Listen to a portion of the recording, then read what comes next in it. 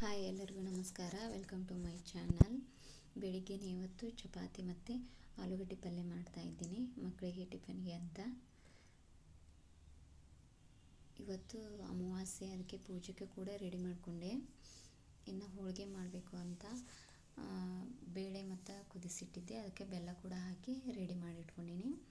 ಇವಾಗ ಅದನ್ನು ಹೂರ್ಣ ಮಾಡ್ಕೊಳ್ತೀನಿ. ಮಿಕ್ಸಿಗೆ ಹಾಕಿ ಹೂರ್ಣ ರೆಡಿ ಮಾಡ್ಕೊಳ್ತೀನಿ. ಇನ್ನು ಹಿಟ್ಟು ಕೂಡ ನಾದಿಟ್ಟಿದ್ದೆ, ನಾನು ಮೈದಾ ಹಿಟ್ಟು.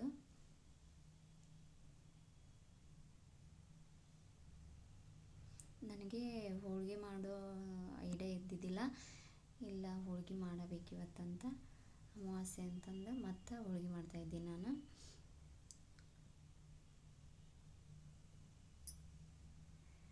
ಇವಾಗ ಹೂರ್ಣ ಎಲ್ಲ ರೆಡಿ ಮಾಡಿಕೊಂಡೆ. ಇನ್ನು ರಂಗೋಲಿ ಕೂಡ ಹಾಕ್ತಾಯಿದ್ದೀನಿ.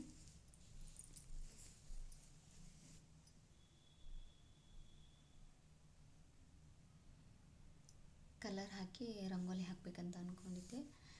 ರಂಗೋಲಿ ಕೂಡ ಹಾಕಿದ್ದೆ ನಾನು. ಈ ಥರ ರಂಗೋಲಿ ಹಾಕಿದೆ. ರಂಗೋಲಿ ಹಾಕಿ ಇನ್ನು ಹೋಳಿಗೆ ಕೂಡ ಮಾಡಿಬಿಡ್ಬೇಕು ಅಂತ ಮಾಡ್ತಾಯಿದ್ದೀನಿ.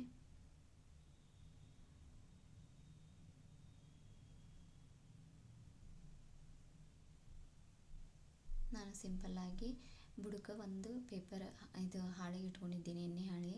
ಅದ್ರ ಮೇಲೊಂದು ಎಣ್ಣೆ ಹಾಳೆ ಹಾಕಿ ಈ ಥರ ಕೈಲೇನೆ ಹೋಳಿಗೆನ ತಿಡ್ಕೊಂಡ್ಬಿಡ್ತೀನಿ. ಹೋಳಿಗೆ ಚೆನ್ನಾಗಿ ಬರುತ್ತೆ.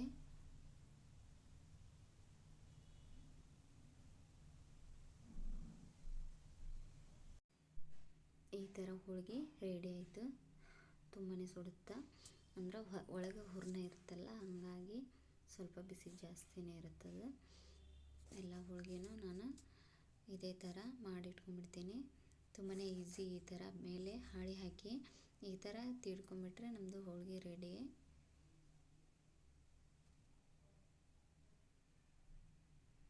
ಎಷ್ಟು ತೆಳ್ಳಗೆ ಬೇಕಾದರೂ ತಿಡ್ಕೋಬೋದ್ರಿ. ನನಗೆ ಎಷ್ಟು ಬೇಕೋ ಅಷ್ಟೇ ಮಾಡಿಕೊಂಡೆ.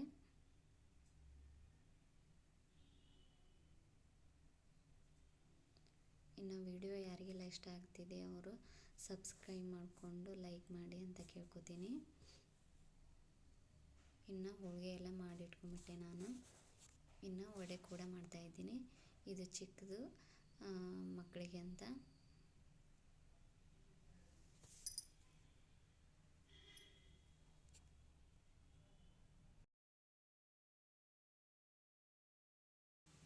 ಈ ಥರ ವಡೆ ರೆಡಿ ಮಾಡಿಕೊಂಡೆ ನಾನು.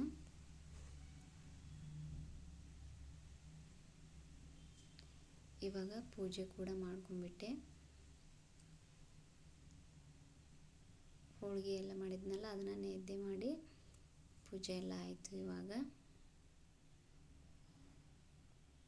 ಮತ್ತೆ ಸಿಗ್ತೀನಿ ರೀ ಮುಂದಿನ ವಿಡಿಯೋದಾಗ. ಎಲ್ಲರಿಗೂ ನಮಸ್ಕಾರ.